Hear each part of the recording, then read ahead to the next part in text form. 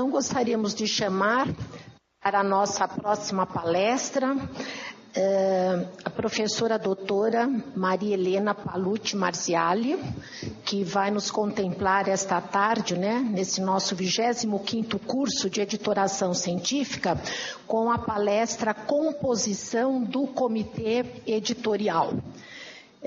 Gostaria de fazer a apresentação do currículo e da experiência profissional e acadêmica da professora Maria Helena. Boa tarde, professora Maria Helena, seja muito bem-vinda.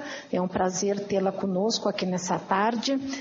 E professora Maria Helena Palucci Marziali, ela é graduada em enfermagem pela Escola de Enfermagem de Ribeirão Preto, da USP, especialista em administração hospitalar e enfermagem do trabalho, mestre em ciências na área da psicobiologia, doutora em enfermagem e atualmente é professora titular na Escola de Enfermagem de Ribeirão Preto, da USP.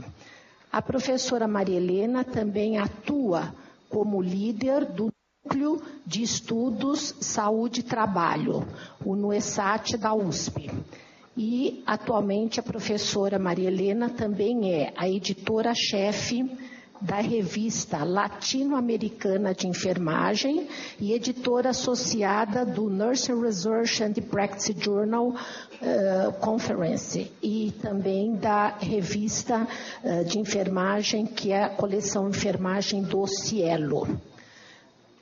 Então, a professora Maria Helena já está organizando aí a sua apresentação e daremos então já início à fala da professora Maria Helena. Pode ir com calma, professora. Muito obrigada. Obrigada. É um prazer estar aqui com todos vocês. Eu queria agradecer à comissão organizadora do curso pelo convite. É um prazer estar aqui. É a primeira vez que eu acho que a nossa área está representada. Então, eu acho muito legal a gente poder estar trocando informações de uma coisa que é tão gostosa, que é a editoração científica. Uma coisa que a gente não aprende de uma hora para outra, que nós somos, a maioria dos editores são professores que aprendem uma nova função, que é a editoração científica. Bom, como é que vai fazer isso aqui? Opa!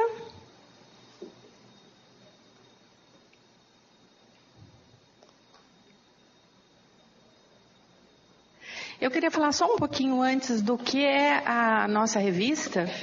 A nossa revista tem uma missão, que é a publicação de artigos, basicamente acadêmicos, então por isso que ela tem uma publicação só de artigos originais e revisões sistemáticas e integrativas da literatura. Então ela é voltada à academia, ao desenvolvimento do conhecimento na área de pesquisa em enfermagem e saúde. Por isso, obrigada.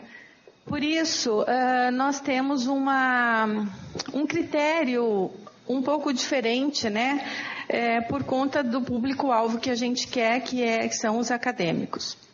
Então, nós estamos completando agora em janeiro 25 anos e eu faço parte, então, do corpo de editoração desde então e estou editora há 20 anos. Então, cresci com a revista e é uma atividade que no dia a dia a gente aprende. Acho que já aprendi bastante coisas, porque a gente começou com uma revista na versão impressa, toda desconformada em termos de tamanho, de como que era. E hoje a gente tem uma revista que ela é só na versão eletrônica. É uma revista que ela tem um reconhecimento nacional e internacional. Na nossa área, ela é Qualis A1, é a única revista editada no Brasil da enfermagem Qualis A1. Ela está no Web of Science com JCR de 0,64, que é o maior para a América Latina na nossa área, no Scopus com o Journal Country Ranking de 0,39 e um H de 26.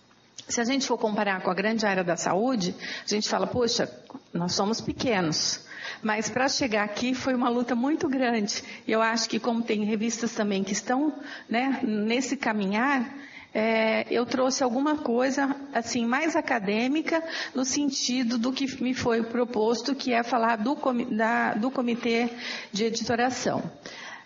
Nós temos a publicação de artigos pelo sistema Roll Pass, que é aquele de fluxo contínuo, e nós publicamos os artigos em português, inglês e espanhol. Então, uma revista trilingüe. Daí, imaginem o custo dessa revista, né? Por que nós publicamos trilingües? Por quê? Nós somos editadas no Brasil e queremos o público brasileiro. Nós somos centro colaborador de pesquisa para desenvolvimento de pesquisa em enfermagem da Organização Mundial da Saúde. Então, a gente precisa ter o espanhol. E o inglês, porque a gente quer atingir a internacionalização, que a gente não pode deixar de entender que o inglês aí é o grande divulgador da ciência. Então, o nosso comitê editorial, nós somos uma editora científica-chefe, que sou eu, uma editora científica, 7 editores associados internos, que são da própria Universidade de São Paulo, e 5 externos, que são de outros países. Por que a gente introduziu esses editores associados externos, né? Porque a gente busca a internacionalização, mas não é tão fácil trabalhar com editores associados de outros países. Depois eu vou falar um pouquinho por quê. E nós temos aí um conselho diretor com 32 membros e mais de 3.000 revisores ad hoc, tá? Então vamos começar a falar. Para a gente começar a falar de comitê de editoração, comitê editorial, a gente precisa dar uma lembradinha no quais são os objetivos de um periódico científico, né? Que é disseminar o conhecimento científico, dar visibilidade aos avanços desse conhecimento, preservar a memória e fonte educacional e também exercer a sua função social e política.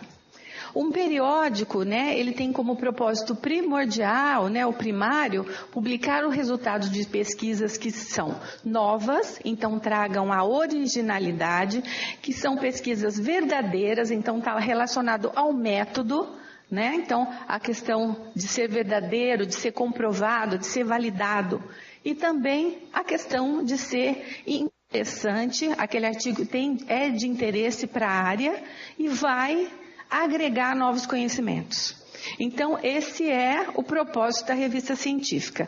E isso faz com que a gente, na nossa pré-análise, nós já sabemos se o artigo ele pode ou não pode seguir o processo editorial. Porque se ele tiver alguma dessas falhas, ele não vai para o sistema, né, por todo o processo. Nós temos um índice de recusa na pré-análise de 40%. Eu falei ali, eu não falei, mas eu mostrei, nós recebemos 800 artigos anos e publicamos 150. Tá? Por que publicamos 150? Publicamos 40% de artigos internacionais e 60% de autores brasileiros.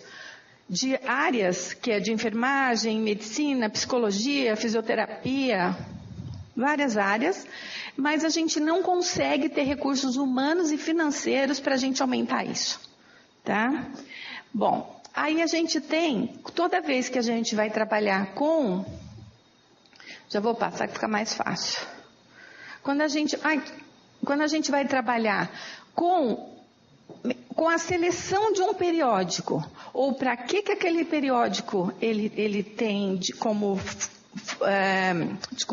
como público-alvo, ele dá o direcionamento desse periódico. Então, a missão e também quem você quer chegar, quem você quer atingir com o artigo que você publica.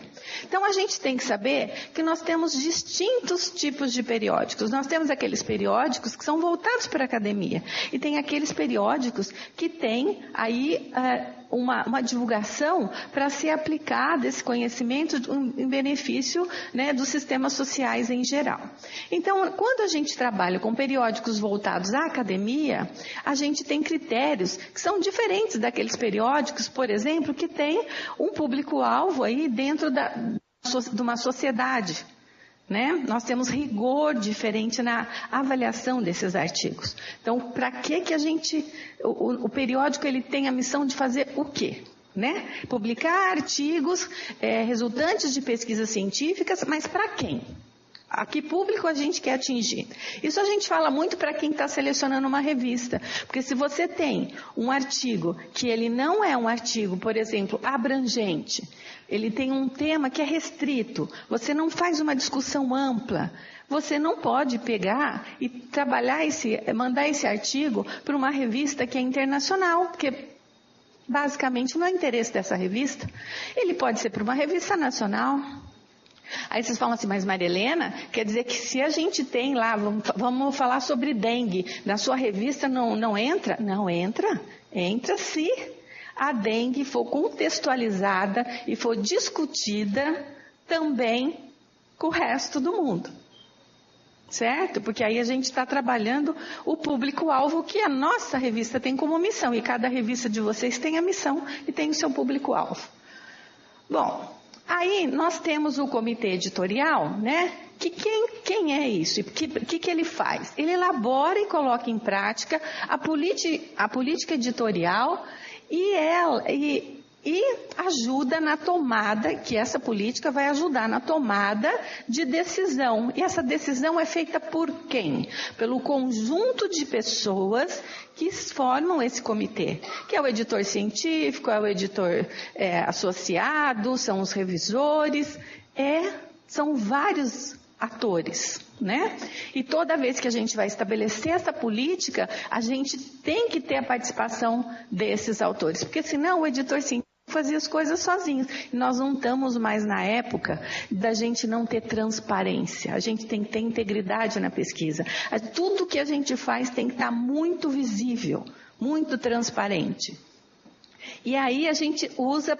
Como que a gente preserva isso? Usando as boas práticas de divulgação científica, né? E a gente faz o quê? Executa tarefas sequenciais e sistematizadas. O que quer dizer isso? Por isso que a gente tem que utilizar um sistema, né, que nos permita fazer isso, um sistema eletrônico. A partir do momento que você utiliza um sistema, vou dar um exemplo, não tem nada a ver com o Scholar One, mas é o que a gente usa, você já tem passo a passo do que vem depois na sequência do fluxo tanto da avaliação quanto depois da publicação. Então você faz com que isso fique mais eficiente. Porque cada etapa vai ter um prazo, cada etapa vai ter um autor, e tudo isso a gente consegue visualizar na hora que você clica o sistema. E aí a gente tem que ter, então, esse processo transparente. O autor, quando ele olha, ele tem que saber onde é que está o artigo dele. Se ele está com o editor, se ele está com o revisor, onde é que ele está. E aí, a gente tem como composição, né? Isso é uma composição básica. Pode ser todos esses elementos ou não. Então, o editor honorário, então aquele editor que trabalhou pela revista há muito tempo, né? E é uma pessoa que já não está trabalhando tanto quanto antigamente, né? Mas é uma pessoa que ele é muito importante para a revista, foi e é. Então, a gente pode ter aí um editor honorário. O editor executivo é aquele que trabalha com as finanças. Em algumas revistas ele tem um outro nome. Lá na nossa a gente trabalha com um comitê, com um conselho diretor. Porque nós somos da universidade e toda a verba tem que ter licitação e sai da receita da universidade. Então é bem complicado. Então no nosso caso é o diretor da unidade. né, e que é o presidente desse conselho diretor, e a gente faz parte desse conselho. O editor científico-chefe, ou editor geral, que eu vou falar um pouquinho sobre o que as atividades, o editor científico e os editores associados ou adjuntos. Bom, quais são os atributos? A hora que eu escrevi isso aqui, até me arrepiei. Porque eu falei, olha só, quem é o editor científico, né? O que ele precisa ter? Tanto o chefe quanto o científico. Ele precisa ser pesquisador. Isso é básico, né? Para você avaliar a pesquisa, você tem que ser pesquisador. Tá, com formação, ali estava escrito sólida cultural, né? Domínio de 2 idiomas, então o nativo e mais um, né? Que, por exemplo, tem áreas que a gente vai falar que o inglês é o mais importante, mas tem áreas que vai falar que é o francês, que é o italiano, então depende da área. Conhecimento sobre o mercado editorial, isso é importante. Olha, nós que somos editores, a cada momento oferecem para a gente ferramentas, sistemas, produtos que a gente desconhece, e às vezes se a gente fizer uma opção errada, a gente está amarrando a revista o resto da vida, né? Então a gente tem que ter muito cuidado com aquilo que é modismo, aquilo que realmente vai fazer a diferença para nós ou não. Dedicação e interesse. Hoje de manhã eu adorei a palestra, né, do professor Marim, onde ele fala da questão do interesse, né, e o interesse de desvendar um campo que é constantemente mudado, né? Cada dia aparece alguma coisa. Eu falo que cada reunião que eu vou de editoração, eu saio com uma ideia ou com uma tarefa para fazer. Por quê? Isso é uma coisa que ele é muito, né, é muito constante toda essa movimentação. Ainda bem, né, gente? Porque aí a gente tem estímulo, né? E aí é tão importante a gente ter isso para continuar o trabalho. E aí, o que a gente precisa, então, desses atributos para fazer o quê? Para ter competência, para produzir uma boa avaliação no artigo que nós vamos, então, com a ajuda dos outros membros, né, do conselho, que é o editor associado e os revisores, a gente escolher bons artigos. E esses bons artigos é que vão nos dar o quê? Um prestígio na comunidade acadêmica, né, no caso, depende da sua missão, ou na sociedade, né? Então, a gente precisa escolher bons artigos. Então, se a gente tiver pessoas competentes trabalhando dentro desse comitê, nós vamos conseguir ter bons artigos, né? Então isso é importante. Então aquela questão de recrutamento que ele colocou, eu acho hoje uma das coisas mais difíceis que o editor enfrenta, que é o recrutamento de pessoas para trabalhar junto, né? Porque sozinho ninguém consegue fazer nada. E principalmente a parte técnica também, né? Nós que somos das universidades, a gente tem um corpo técnico muito restrito e pessoas que não são da área de editoração. Então, né, é diferente das que podem contratar a bibliotecária, podem contratar o pessoal da comunicação, né? Então, isso fica prejudicado para a gente, mas a gente corre atrás. Integridade e consistência na avaliação, então a gente vai falar um pouquinho sobre isso, e cordialidade nas relações. Né? A gente tem que conquistar o nosso autor, temos que conquistar o nosso leitor e temos que conquistar as pessoas que trabalham com a gente. Então, o editor científico ele vai participar da gestão do processo em todos os níveis, vai decidir pela aceitação ou não, né, do artigo. Então, eu brinco que a gente é a pessoa mais odiada ou mais idolatrada, dependendo do grau do índice de recusa que a sua revista tem, né? Nós temos um índice de recusa de quase 80%, então eu estou bem odiada por aí, né? Mas é isso, a gente precisa escolher os melhores, não cabe todo mundo na revista.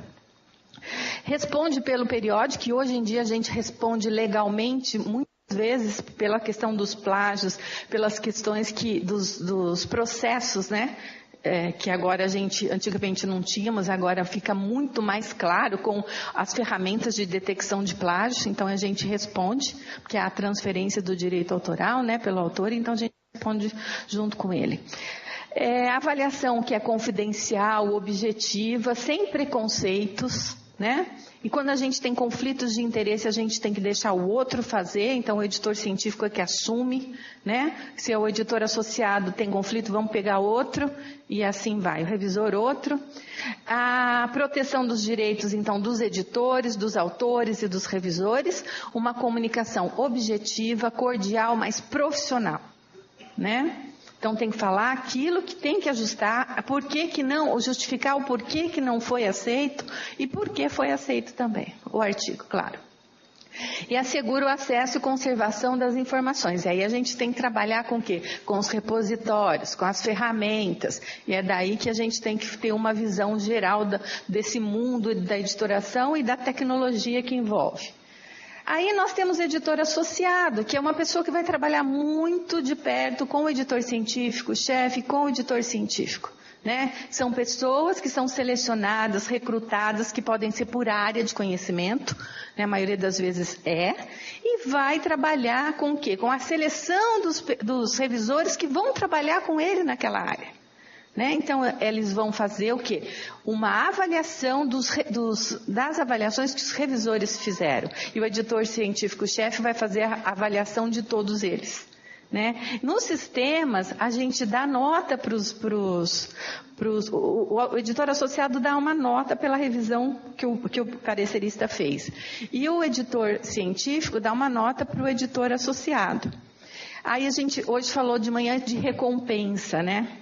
E a gente está trabalhando com uma seleção de pessoas que merecem recompensa. Mas a gente também tem aquelas pessoas que ele disse de manhã, e a gente sabe que existem, que a pessoa fala, olha, eu vou dar o parecer. Porque vai lá um e-mail. Você aceita emitir o parecer em 10 dias? Aceito. Aí quando chega o 10º dia... acabou. Aí você vai de novo. E aí você vai. E aí vai. E aqueles 7 meses que a gente almeja lá de publicação mínima, virou 1 ano. E aí a gente, as bases indexadoras da gente, né? Então, assim, é uma corrente. Então, a gente tem que selecionar pessoas boas, né? Então, a gente, às vezes, dá um 0 para umas pessoas que não fazem. Não aqueles que fazem mal. Porque tem gente que, não é que não tem competência, é que tinha pressa. Então, a gente dá uma colher de chá e devolve o parecer. Olha, será que você não pode melhorar esse parecer? E o sistema permite isso. Então, eu achei ótimo esse sistema. Mas com cordialidade, com delicadeza, porque senão é uma coisa que é sem pagar nada. E vamos dar recompensa. Eu estou pensando, eu vou sair daqui pensando que recompensa que a gente vai dar para os nossos consultores. Proteger os direitos dos autores, dos revisores, assim como os editores científicos, né? Respeitar o regulamento. Toda revista tem que ter um regulamento. Como é que vai ser a seleção dessas pessoas que vão trabalhar na revista? Olha, só para vocês terem uma ideia, na nossa revista, a gente faz um convite aberto, a gente faz um edital para selecionar editores associados. Tanto os nacionais como os internacionais. E a gente recebe gente de muitos países, né? E aí, às vezes, a gente, pelo currículo, a gente seleciona. Mas, às vezes, a gente não selecionou a pessoa, porque ela falou que ia dar, ela tinha um currículo bom, aí pega e dá uns pareceres assim. Então, agora eu estou fazendo o seguinte, escreve um editorial também, porque no editorial você vê. Porque você tem uma visão geral do que a pessoa... Se tem a ver com a sua área, mas a gente faz isso através de currículo, então não sei se é a melhor forma, mas é a forma que a gente tentou mostrar transparência, para não falar que a gente, você pegou o amigo, né? Então a gente está fazendo assim. Não sei se é a melhor forma, mas é o que a gente tem feito. E eles também têm que ter competência para revisar o artigo, né, com alta qualidade nessa revisão, integridade e consistência nas avaliações e também ser cordial. O editor associado, né, tem esse cálculo, né, que para cada 100 submissões, cada 100 artigos submetidos, são propostos de 2 a 4 editores associados e um grupo editorial de 20 a 35 membros para a revisão do manuscrito. É de 2009. O ideal seria 50 artigos para cada editor associado. Olha, gente, vocês viram que nós somos 5 mais 7. Nós recebemos 800. Então, vai dar para ser 50 para cada um.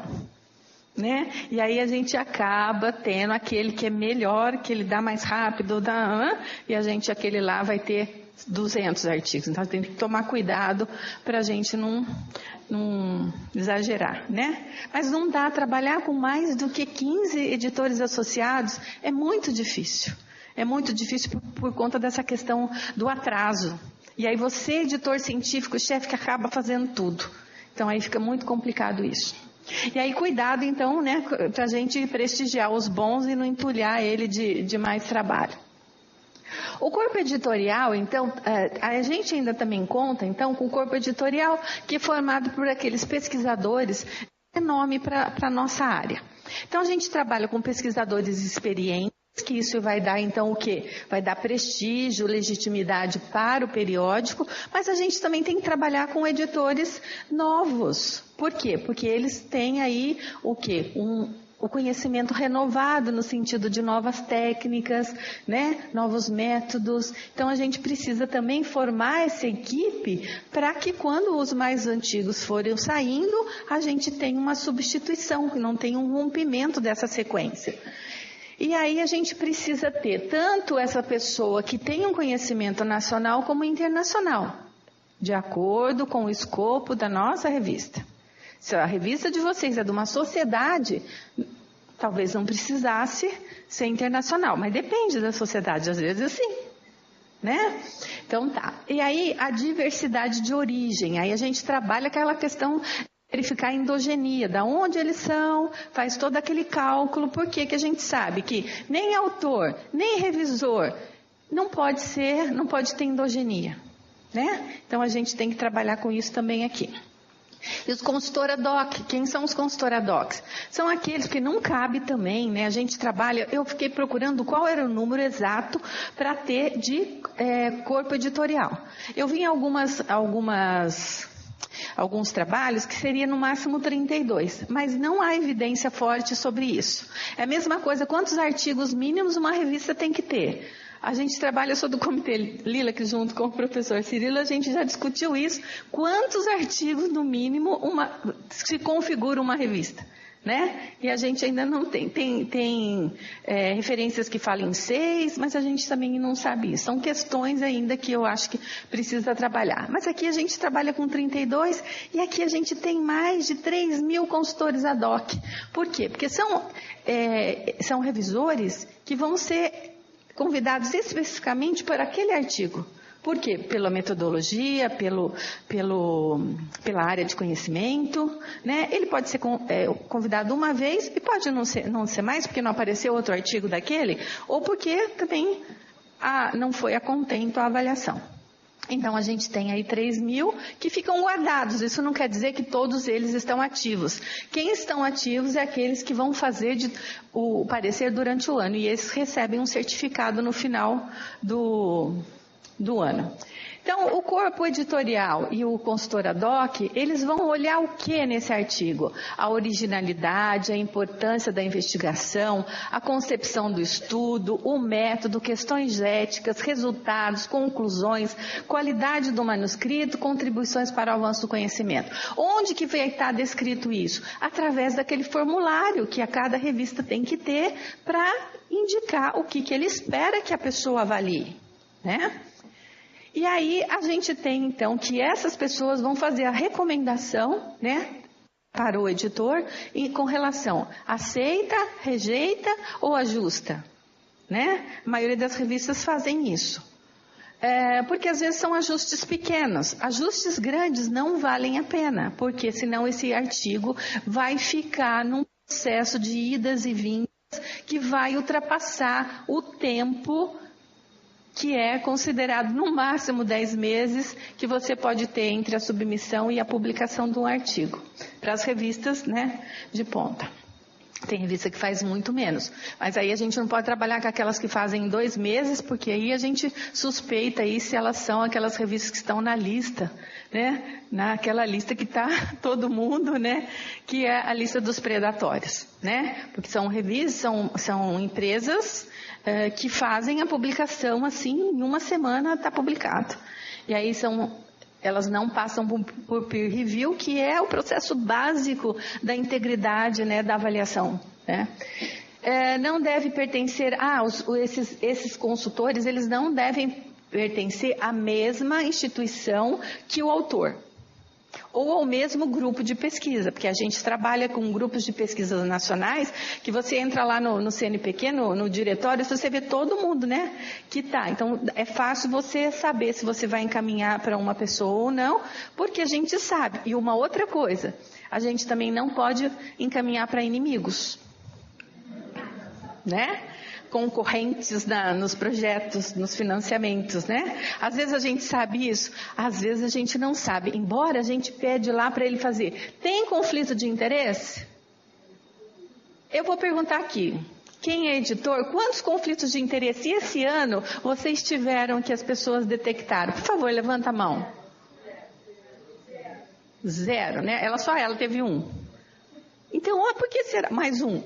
Mas olha, nós estamos em um monte de gente aqui, 100, 250 pessoas, mais 30, né? Só 2. Por que será que essa prática, será que a gente está escolhendo tão bem assim que não tem conflito? Uma vez eu mandei para o namorado de uma moça, mas eu não sabia que ele era namorado da moça. E ele não me falou que era. Aí uma outra pessoa, que era do comitê, falou, mas né, não dá. Então não pode, tá? Estou brincando, mas é sério. Bom, a responsabilidade então, quando você tem conflito, você tem que declarar esse conflito. E esse conflito pode ser por várias coisas, pode ser acadêmico, pode ser pessoal, de várias ordens, né? A gente tem que declarar. Tratar o documento como confidencial e cumprir os prazos, tá? Pense que se você não cumprir o prazo, você está atrasando no mínimo 1 mês essa pessoa. E a gente sabe, esse autor, né, de ter esse artigo ou não publicado. E às vezes a gente vê que tem artigos que vê uma coisa impressionante, dezembro, janeiro, fevereiro. Gente, você mandar é voltar, porque todo mundo está de férias. O que acontece em dezembro? Todo o pessoal que é do programa de pós-graduação deposita suas teses, que tem que depositar os seus artigos, e nós ficamos com as nossas caixas lotadas. E isso vão atrasar. A gente já sabe que vai atrasar, porque as pessoas precisam ter férias também, né? Mas é um gargalo aí. Então, usar dados ou argumentos ou interpretações e nem reter o manuscrito, porque a gente pode pensar tanta coisa em relação a isso, né? Das pessoas fazerem uso daquilo que não está publicado ainda. Né? Então, por isso que a gente tem que selecionar muito bem quem são os revisores da revista, porque você está assinando embaixo. Né? Você é tão responsável quanto ele em relação, né, a dar isso para o autor. Bom, não fazer comentários depreciativos, isso é coisa que nós editores fazemos o quê? Limpeza, né? Então vem lá 3 e aí às vezes você vai limpando tanto que fica uma frase aqui, outra aqui, não é? Porque às vezes as pessoas não têm noção, em vez de ajudar, porque o parecerista é para isso, ele pode não... Olha, os seus erros foram aqui, aqui, aqui, aqui. Tem condição de ajustar? Tem. Não tem. É método não tem. Então tá, por que não foi? Por isso, por isso, por isso. Gente, é isso. E também não é aquele que fica elogiando. Aí você vê um artigo que não é grande coisa, a pessoa está elogiando, que aquilo vai mudar a prática da área. Aí você fala, será que vai? Né? Então tem que tomar cuidado com aquilo que a gente escreve. O revisor não deve se comunicar com o autor se a gente trabalhar com o sistema fechado. A maioria trabalha com duplo cego, né? O autor não sabe quem é o revisor não sabe quem é o autor. Então, eles não podem se comunicar. Se a gente trabalhar com o sistema aberto, põe lá na internet, gente, é e-mail que vai, que volta, ok. Mas, então, a tendência das áreas é abrir. mas eu acho, eu coordeno o portal de revista RevEnf, que é a coleção Cielo Enfermagem. Nós éramos 29, agora a gente está revistas nacionais e internacionais. E a gente ainda está discutindo isso porque a gente acha que nós não estamos com maturidade suficiente para abrir esse tipo de avaliação. Aqui alguém trabalha com o aberto, com o sistema aberto de revisão? Então a gente tem que pensar nisso porque é o futuro, né? Vamos ver se a gente consegue, porque isso está relacionado à integridade da pesquisa, né? À transparência.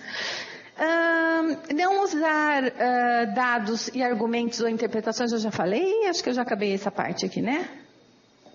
Já. Bom, e a nossa responsabilidade enquanto membro de um comitê editorial, ela é basicamente política editorial, qualidade de publicação e a manutenção das boas práticas de publicação. Na política editorial, a gente tem tudo isso que vocês já conhecem, né? Que a política editorial vocês vão ter que estar descrevendo missão, tema de cobertura, corpo editorial, periodicidade, patrocinador, avaliação por pares, se é aberta, se é fechada, se é duplo cego, se não é. A informação aos autores, isso é muito importante. Se você tem uma informação aos autores bem detalhada, você vai receber artigos bem feitos, em termos de apresentação de texto, tá?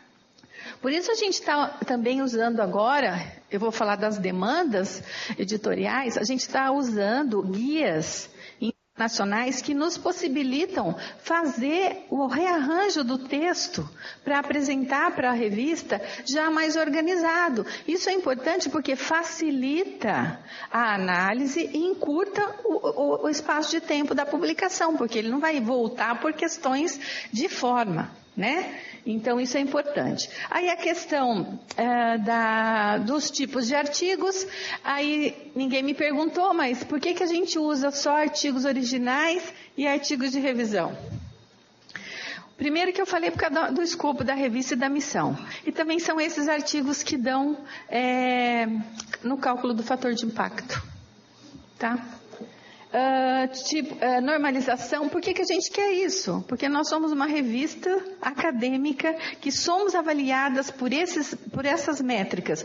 Não estou falando que eu sou a favor ou sou contra, né? Eu estou falando que nós somos da universidade e os nossos autores, a maioria, vem de programas de pós-graduação que são avaliados por isso. Pelas métricas, né? Aí a gente tem as métricas que não o JCR, mas a gente tem as métricas sociais do Google Scholar e outros que foram falados aqui hoje já, e eu acho que vão ser falados, audiométricas e outras.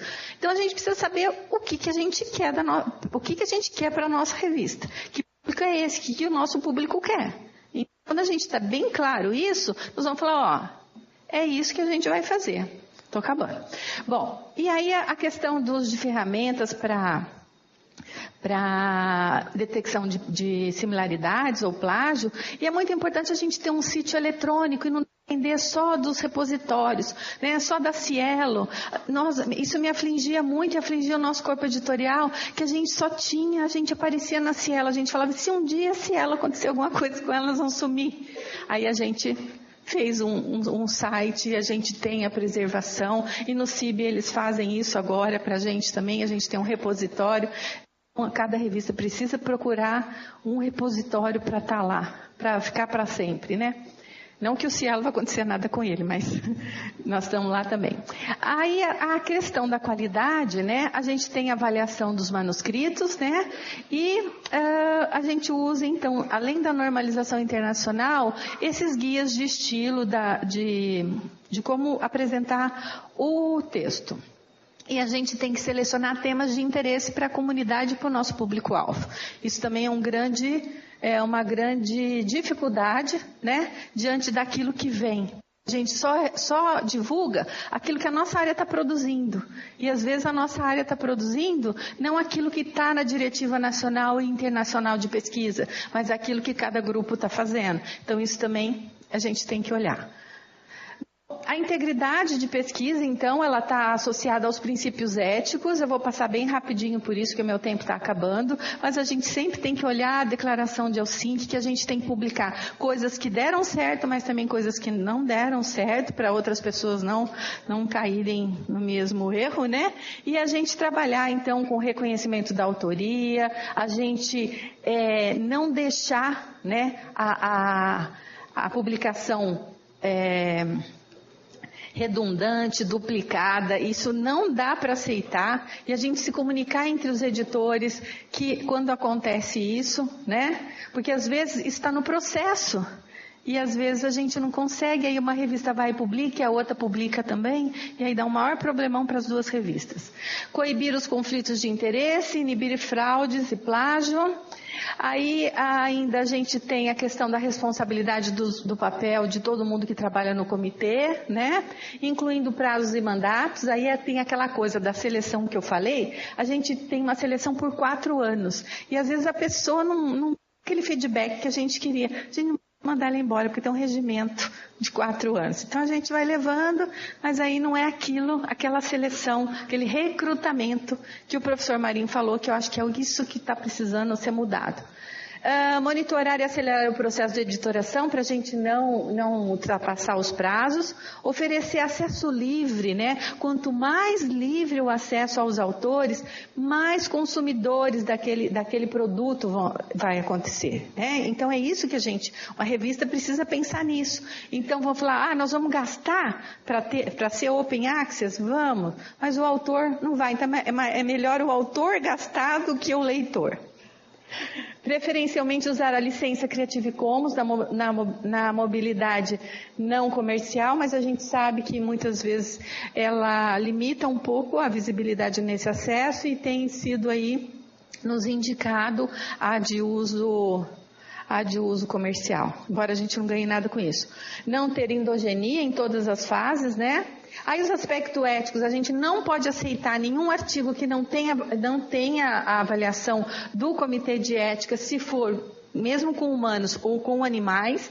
Se for ensaio clínico, precisa ter o registro nacional ou internacional, dependendo da circulação dessa revista.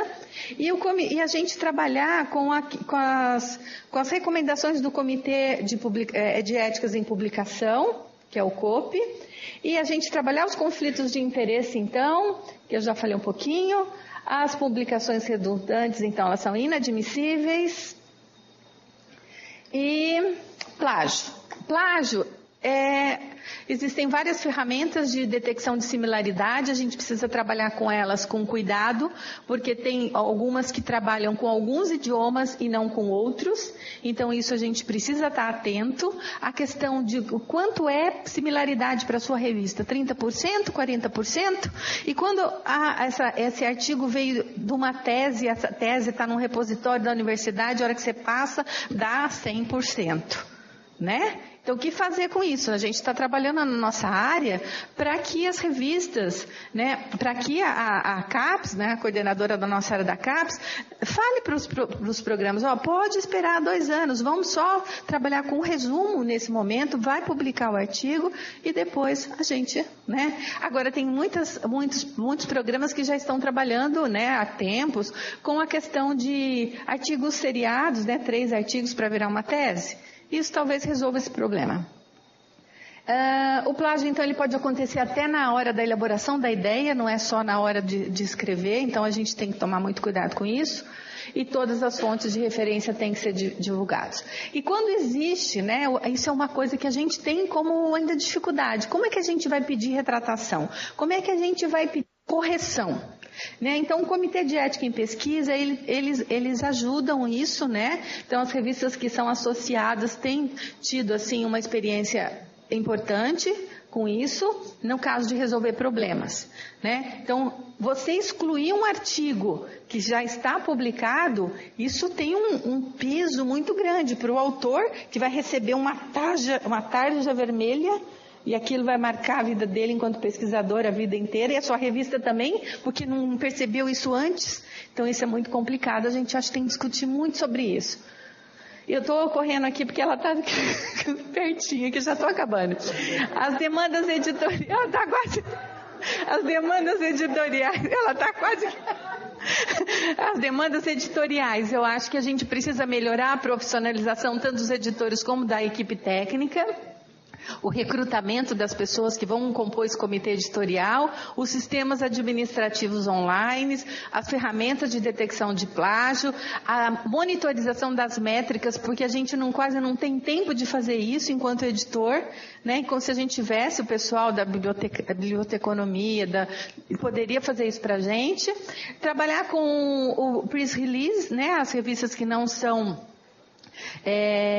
em Rolling Pass, trabalhar com a Head of Print também, e os dispositivos, né? Hoje a linguagem dos jovens é a linguagem eletrônica, então trabalhar com os apps, eu até acho melhor trabalhar com app do que trabalhar com Facebook. Nas pesquisas que eu tenho visto de comunicação, há uma indicação que o Twitter é melhor que o Facebook, e trabalhar com alimentação de Twitter, Facebook, blog, gente, e mais avaliação de artigos e tudo isso, nós somos professores, a gente não está dando conta. A gente precisava de uma equipe que pudesse fazer isso para a gente. Até a questão do marketing também, porque a gente não sabe nem fazer isso, né? Então a gente sabe escolher bons artigos, então... Bom... E a adoção de diretrizes internacionais, então, para apresentar, a gente trabalha com a rede Equator, mas tem outras que podem ser usadas. Reduzir o tempo de publicação, isso aqui é importante, usar descritores mais adequados, né? Eu acho que a questão dos descritores, ela pega, porque a gente sabe que o artigo vai ser achado, vai ser buscado pelo título, pelos descritores, né? E aí a gente vê, e o resumo tal, e a gente vê que a gente precisa melhorar isso, né? Publicação também em outros idiomas, dependendo da área, aí a gente melhorar os rendimentos. Hoje foi falado que nós melhoramos, né? As revistas brasileiras melhoraram no ranqueamento e a gente precisa continuar melhorando para poder se tornar visível e internacional, que é aquilo que a universidade empurra a gente. E travou. Agora não vai mais. Mas aí depois só tinha um obrigada e as referências. Ótimo.